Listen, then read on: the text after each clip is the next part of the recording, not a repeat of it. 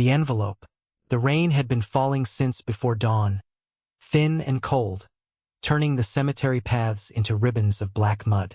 Ethan Cole stood beside the open grave with his hands buried in the pockets of a borrowed coat, listening to the pastor speak about love, memory, and the strange way a life could remain inside the people left behind. He heard almost none of it. His mother, Claire, had died 6 days earlier in a hospital room that smelled of antiseptic and wilted flowers. The cancer had moved faster than anyone expected. 1 week she had been sitting at the kitchen table, making lists of things she wanted Ethan to repair around the house. The next, she could no longer lift a glass of water without help. Their last conversation had lasted less than a minute. "Don't be angry with him forever," she had whispered. Ethan had known who she meant. His father, Daniel, stood now on the opposite side of the grave, shoulders bowed, face unreadable beneath the shadow of a black umbrella.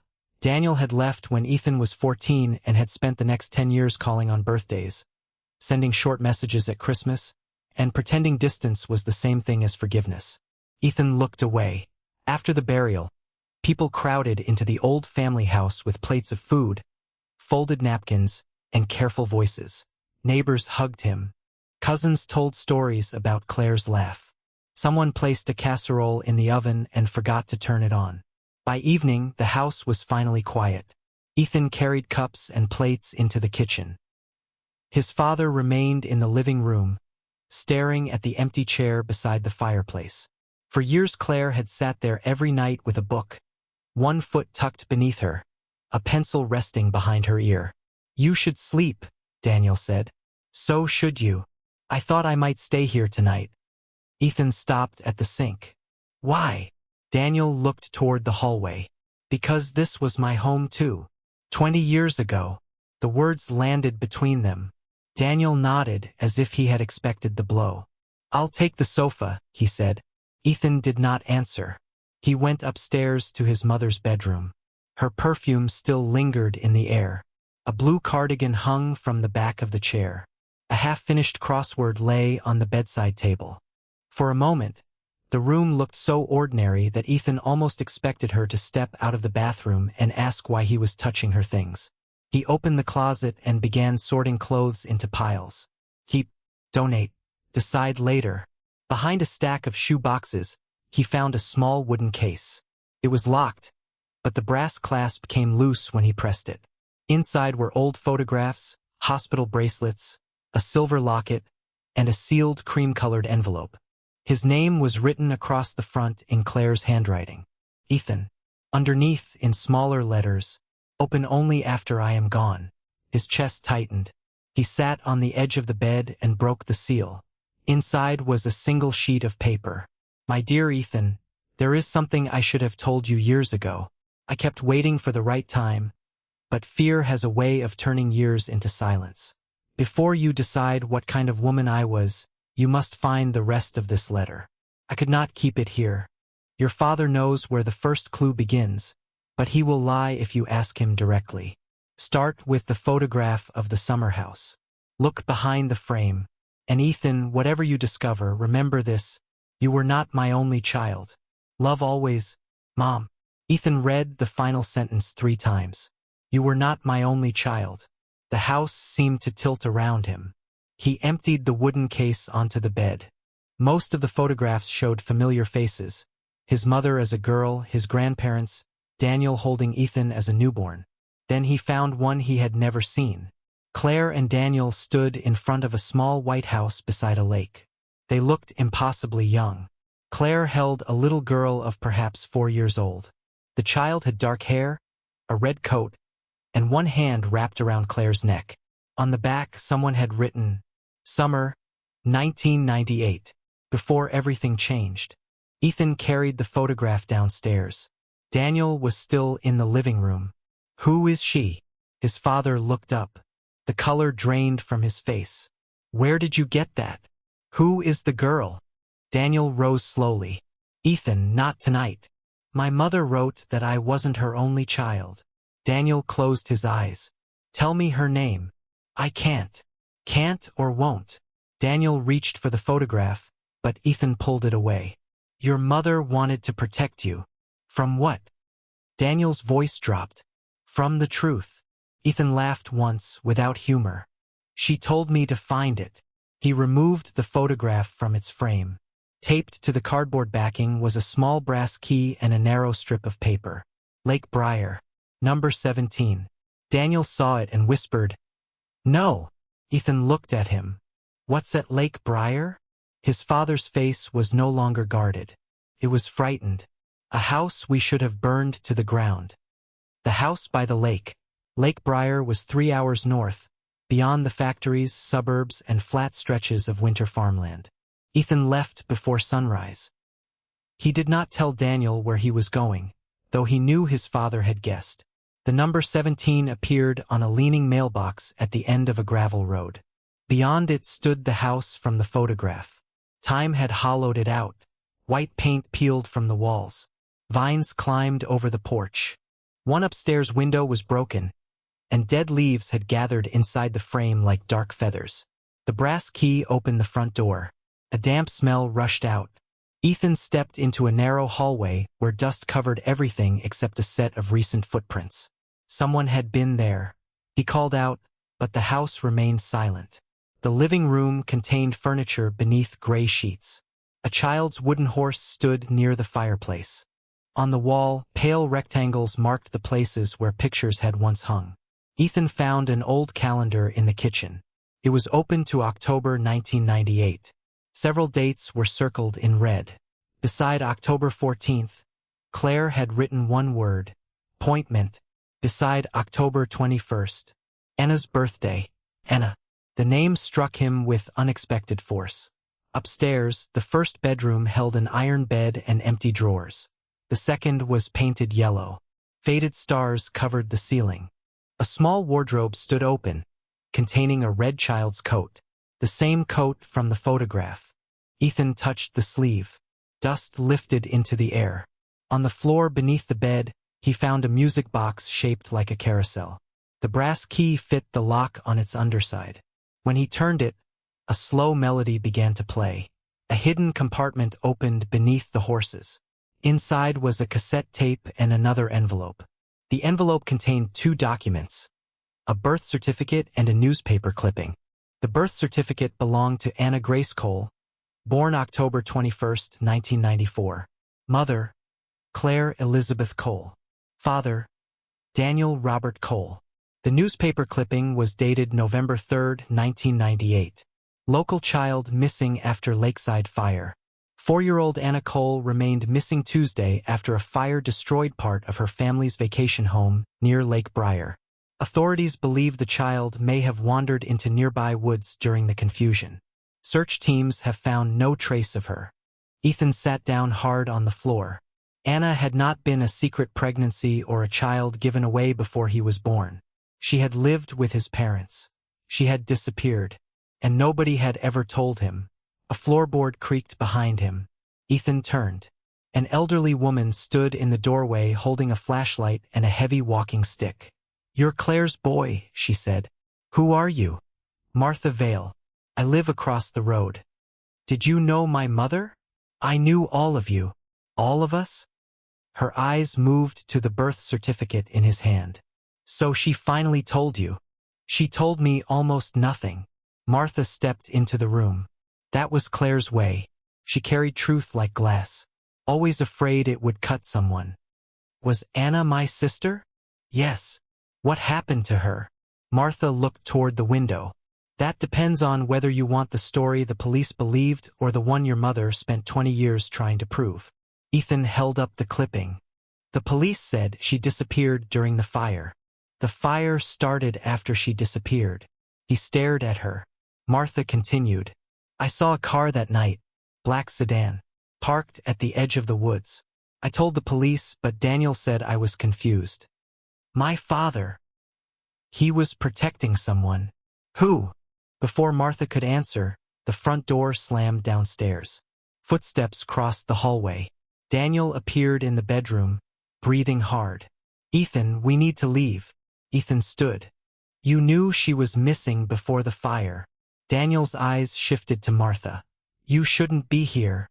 Neither should you, Martha replied. Ethan held the birth certificate between them. Tell me what happened. Daniel looked older than he had at the funeral. Anna was taken, he said. By whom? Daniel's mouth tightened. By my brother. The brother no one spoke about. Ethan had grown up believing his father was an only child. Daniel's brother was named Michael Cole. He was 7 years older, charming when he wanted something, violent when he did not get it. He drifted through jobs, debts, and short-lived businesses. Daniel had spent most of his youth cleaning up the damage Michael left behind. He loved Anna, Daniel said as they sat in the abandoned kitchen. At least we thought he did. Martha remained near the door, arms folded. What does that mean? Ethan asked. Michael began borrowing money from us. Small amounts at first, then more. Your mother found out he was gambling. She told him he couldn't see Anna until he got help. And he kidnapped her? Daniel looked down at his hands. A week before the fire, he said Claire had turned the family against him. He threatened to take away the thing she loved most. Why wasn't he arrested? Because there was no proof. There was a missing child. And Michael had an alibi. He was photographed at a casino 200 miles away. Martha struck the floor once with her walking stick. A photograph with no timestamp and 3 friends willing to lie. Daniel ignored her. The police searched his apartment, his car, everywhere. Nothing. So you just stopped looking? Daniel's head snapped up. I never stopped. Then why did you erase her? The accusation filled the room. Daniel stood and walked to the window. After 2 years, Claire became convinced Anna was still alive. Every phone call, every child in a crowd, every anonymous letter. She believed it was a sign. We spent everything on private investigators.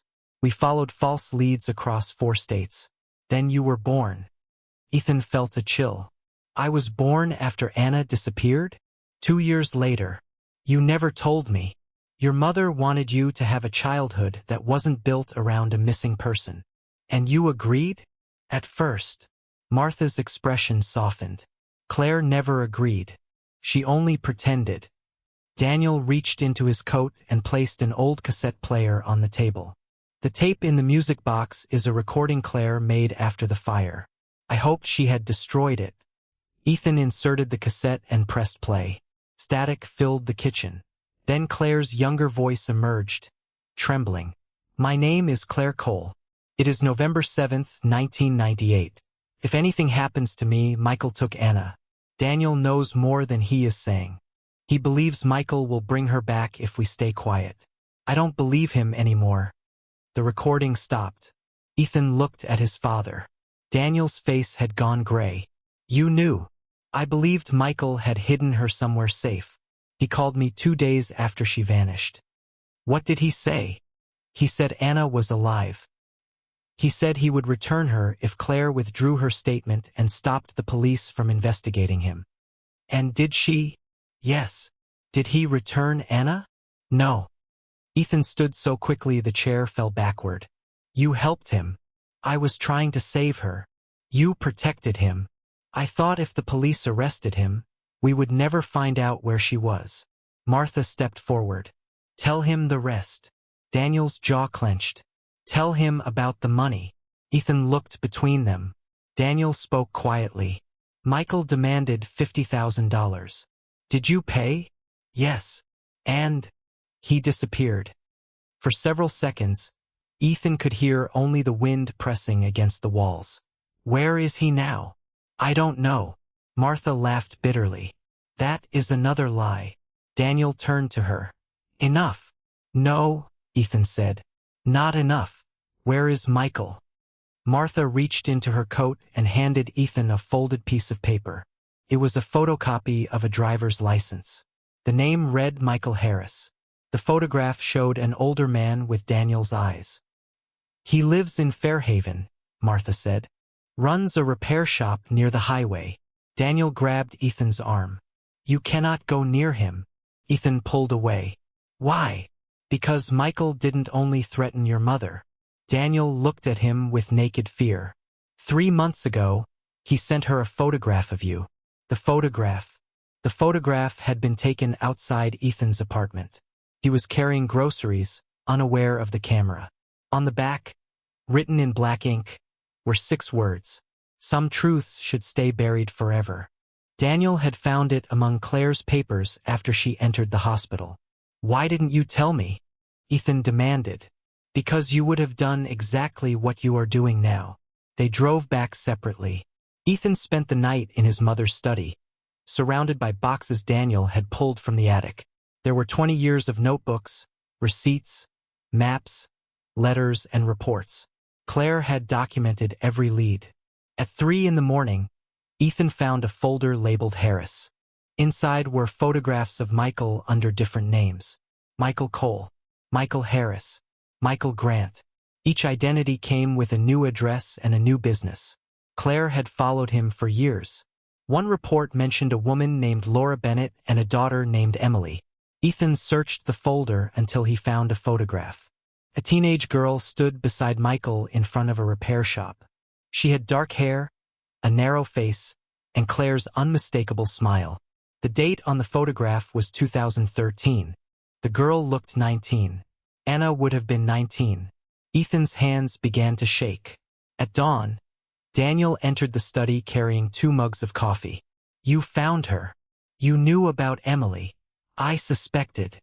She looks exactly like Mom." "Yes. Why didn't you go to the police?" "We did. The investigator said resemblance wasn't proof. The records showed Emily Harris had been born in another state." "Fake records." "Probably. Then why not contact her?" Daniel placed the coffee down. Claire tried. He opened another folder. Inside were 3 returned letters, all addressed to Emily Harris. The last envelope had been opened and sent back. Across the front, Michael had written, "Contact her again and Ethan learns what you did." "What did Mom do?" Ethan asked. Daniel lowered his eyes. "Your mother caused the fire." Ethan stared at him. "She came to the lake house that night because she believed Michael had taken Anna there. They argued. Michael said Anna was already gone." Claire grabbed a lamp and threw it at him. The curtains caught fire. "So the fire was an accident." "Yes, but Michael used it." He told Claire that if she accused him, he would tell the police she had endangered Anna and tried to kill him. She was terrified they would blame her. "And you let her carry that guilt for 20 years. "I carried it too." Ethan pushed the folders away. "I'm going to Fairhaven." Daniel sank into the chair. "He may have raised Anna to believe we abandoned her. Then she deserves to hear the truth. She may not want it. That isn't your decision." Fairhaven was a tired industrial town built along a river. Michael's repair shop stood behind a gas station, its sign faded by sun and rain. Ethan parked across the street. A woman emerged from the office carrying a box of invoices. She appeared to be in her early 30s.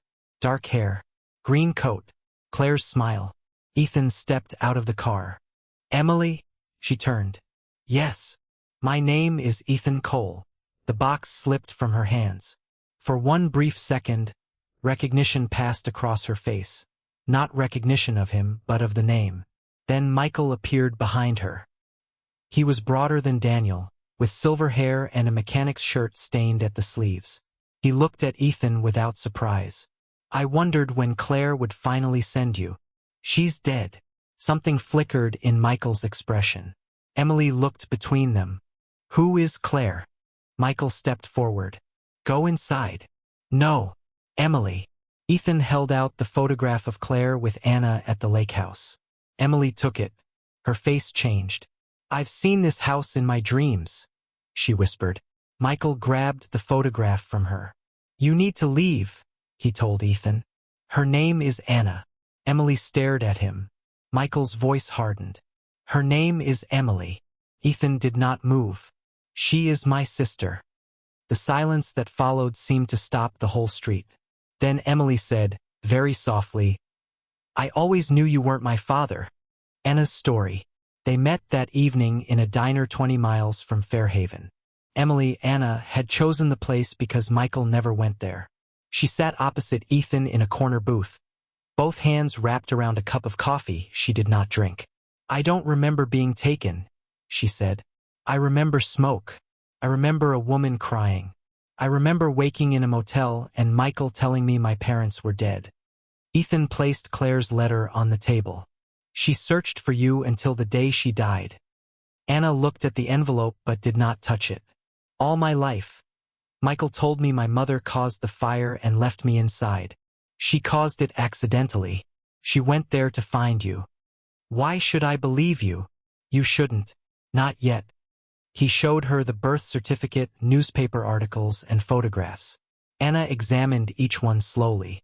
"When I was 7, she said, "I found a silver bracelet in Michael's drawer. It had the name Anna engraved inside. He told me it belonged to his dead niece. That was you. I asked why I didn't have baby pictures.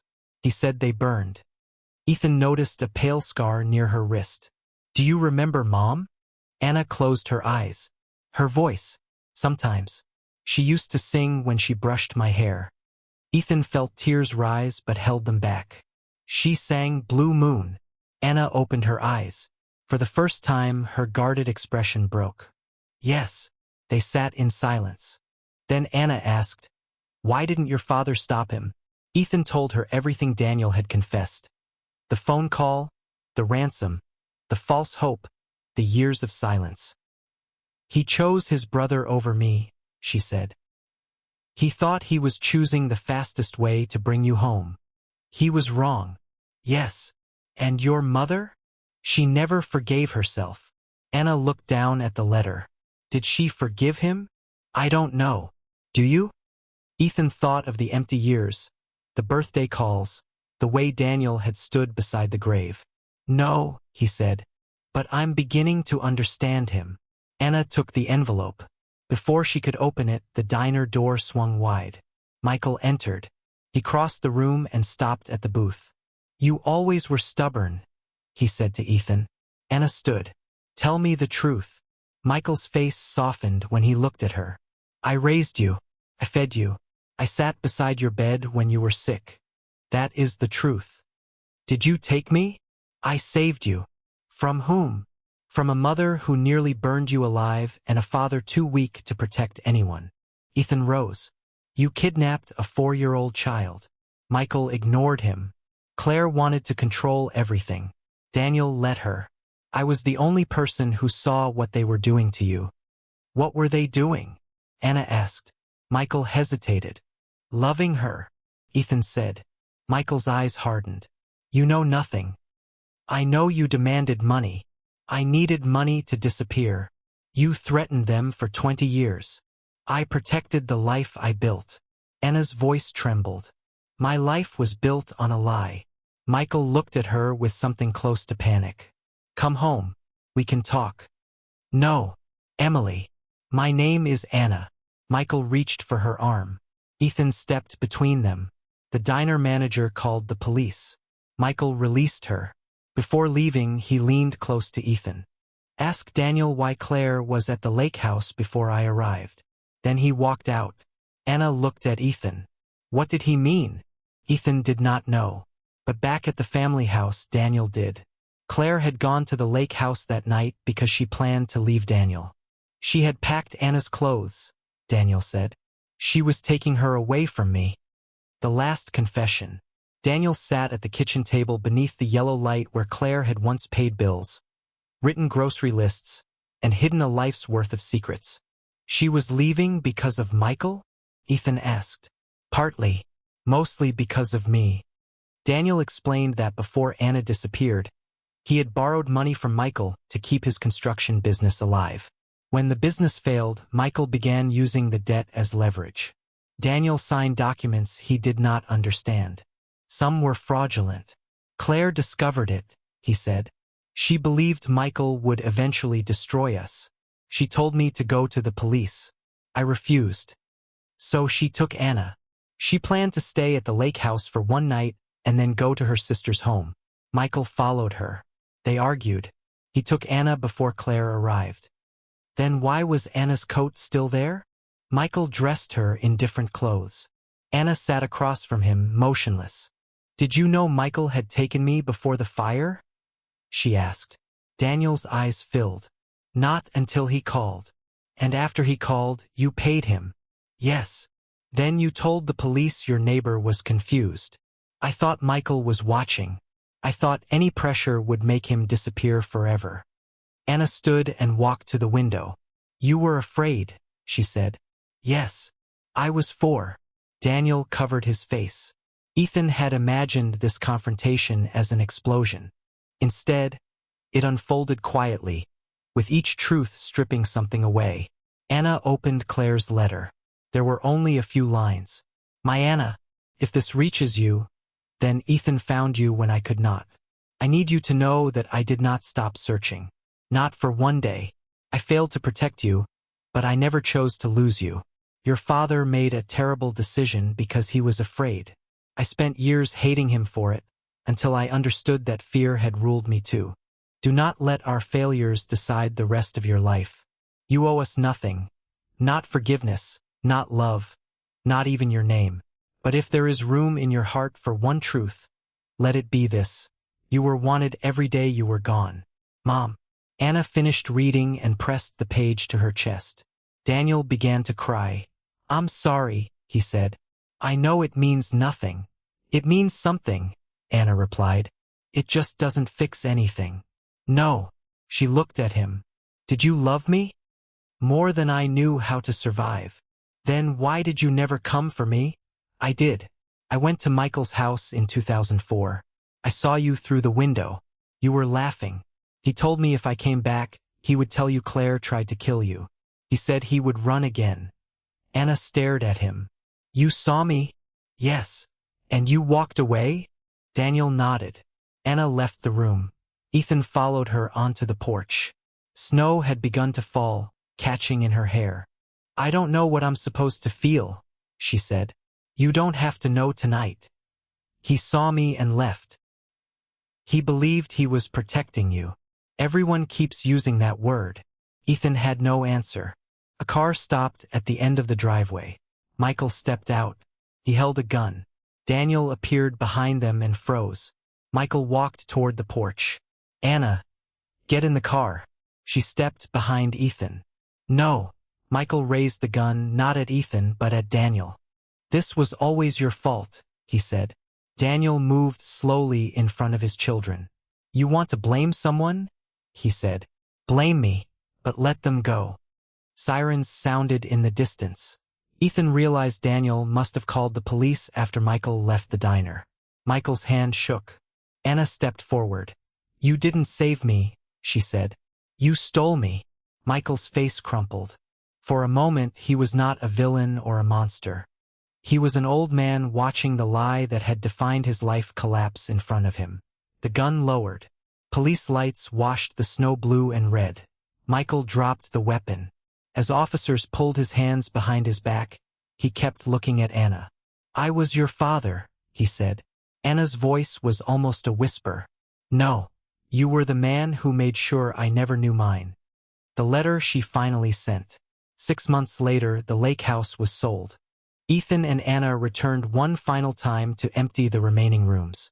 Spring had reached Lake Briar. New grass pushed through the dirt. The water reflected a pale blue sky. Anna stood in the yellow bedroom holding the red coat. I remembered something, she said. What? The music box.